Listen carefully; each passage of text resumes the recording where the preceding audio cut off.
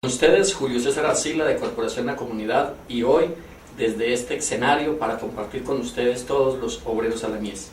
Hoy traemos un tema muy interesante, es del capítulo 8 según San Juan, versículo 51. En este texto Jesús nos dice: el que cree en mí, aunque muera, vivirá. ¿Y qué es esto, amigo, de que el que muera, aunque muera, vivirá? El tema que hoy nos ocupa es precisamente la muerte y la resurrección. Cuando nosotros nacemos, adquirimos dos derechos. En el mismo momento del nacimiento adquirimos el derecho a morir, porque todo lo que nace, crece, envejece y muere. Y posteriormente a una resurrección. Un tema que se me antoja, tenemos que discutir más porque es muy olvidado, es un tema que no hemos tocado bien y por eso muchas veces nosotros decimos: comamos y bebamos, que mañana moriremos. Hablando ya de la muerte, vamos a hablar de dos tipos de muertes. Una es la muerte espiritual y la otra es la muerte física. ¿Qué es esto de la muerte espiritual?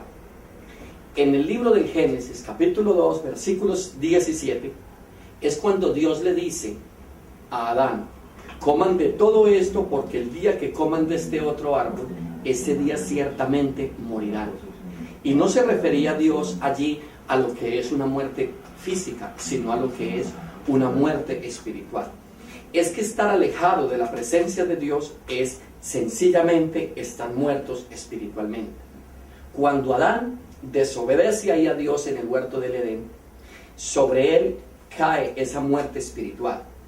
Años después, San Pablo va a enseñar en Romanos capítulo 6, versículo 23, que la paga del pecado es la muerte.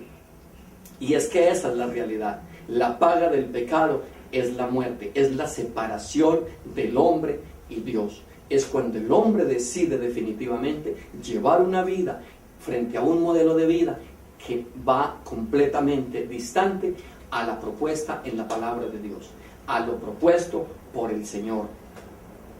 Aquí quiero contarles a ustedes acerca de un ejemplo, y está en la parábola del hijo pródigo.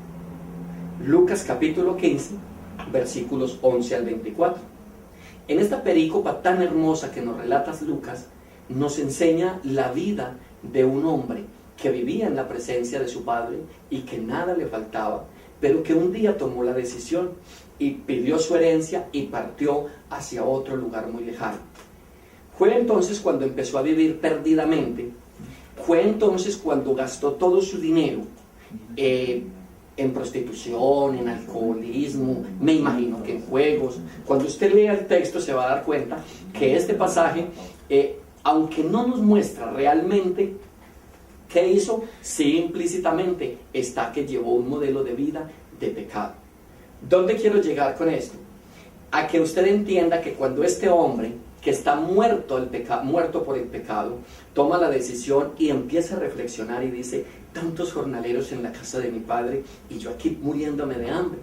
Entonces él dice: no, tomaré el camino hacia la casa del padre y me reconoceré pecador. Cuando él llega, el padre le está esperando con los brazos abiertos y la primera palabra que él pronuncia es: este era mi hijo que estaba muerto y ha vuelto a la vida. Alégrense y hagamos fiesta. Estaba muerto y ha vuelto a la vida. Entonces, así como venimos viendo desde la antigüedad, desde el Génesis capítulo 2, versículo 17, vemos que acá en el Nuevo Testamento, en un hombre, se nos narra por Jesús, directamente por Dios hecho hombre, una parábola que nos permite entender que sencillamente la muerte espiritual existe y que hoy es un día especial para que nosotros, usted y yo, reflexionemos, porque es muy probable que usted y yo estemos sufriendo consecuencias físicas, económicas y en todas las áreas por el resultado de estar alejados de Dios. Pero ese no es todo el problema. El problema y la dificultad grande es que aunque parezcamos vivos, estemos muertos para con Dios. Estemos muertos con la presencia del Señor. Déjenme explicarle este punto.